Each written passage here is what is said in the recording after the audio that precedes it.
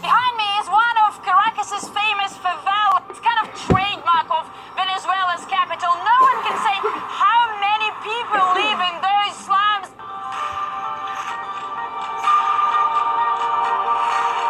Some studies estimate that more than 80% of Venezuela's 30 million population live in dire poverty. Once relatively well off, the country's oil-dependent economy simply collapsed when prices slumped. Fuel is fast becoming one of the few things anyone can afford in Venezuela. According to today's rate, for just $1, I can get, attention, 11,000 tons of fuel. Sounds absurd, right? With hyperinflation here in the country, a week later, for the same amount, I would be able to get even more than that. Annual inflation has topped 1 million %, and in an attempt to curb it, 5 zeros have been knocked off the currency's value. The gasoline is cheap, but people are starving. We don't get proper health care and education, while the security situation getting worse every day. All we've got is starvation, and it's the fault of this government. Experts say Venezuela's economy can hardly survive without international donations. In reality, US sanctions make it impossible for Venezuela to pay off debt, let alone borrow money. And Donald Trump has never made Washington's aim a secret. I'm not going to rule out a military option. We have many options for Venezuela. It's a regime that frankly could be toppled very quickly by the military if the military decides to do that. Cut off from the dollar, the country is unable to import food or medicine, putting an even heavier burden on the already exhausted population. Even though the sanctions do not affect or prohibit the importation of basic goods such as food or medicine, the very fact that there are financial sanctions on Venezuela has made it very difficult for the country or for the government rather, to engage in financial transactions of almost any kind. Not only that, Venezuela also depends to a large extent for 90-something% of its foreign, its hard currency earnings. It depends on oil production, and oil production has declined because it's been almost impossible for the government to import badly needed replacement parts for the oil industry, and so oil production has declined by as much as 50% in the past 2 years.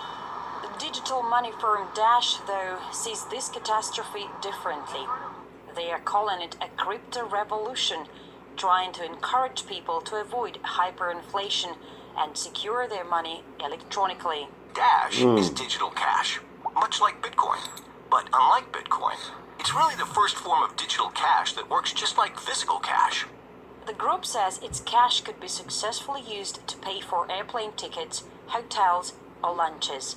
We heard that food chains like Papa John's, Subway may accept cryptocurrency. We're going to check it out now. This sticker actually means that they do accept cryptocurrency. Hi, buenos dias. I can pay with Dash? Currently, I cannot accept the payments in Dash. I need a smartphone to scan the code that you will receive on your phone to complete the transaction. But the boss took the smartphone. How many people pay with cryptocurrency? Is it popular? When we have the equipment during the weekends, sometimes we get 4 people in one day. Confused a bit, we tried a couple of other restaurants of the same chain, and another one reportedly accepting payments in crypto, but the best we got was the Dash sticker we saw through a closed glass door. Do you pay with cryptocurrency? No, I don't. Why? Because I don't have any. No, I personally don't use it. They were going to pay pensions in cryptocurrency, but I don't know whether that's ever worked out. People do have access, but they can't afford it. All they make goes towards buying food. Optimists say cryptocurrencies can help those who fled abroad, some estimate the number is already into the millions, to transfer money to their families still here in Venezuela. But until fundamental changes come into effect, the so-called crypto revolution won't ease the months of hardship. Cryptocurrency could work work, I think. And of course, people would be interested in using it if one were more or less certain that the price of oil were going to go up. But when it's going down, not very many people are going to be interested in investing in it. So that's been a bit of a problem for the government, because recently the price of oil has been going down.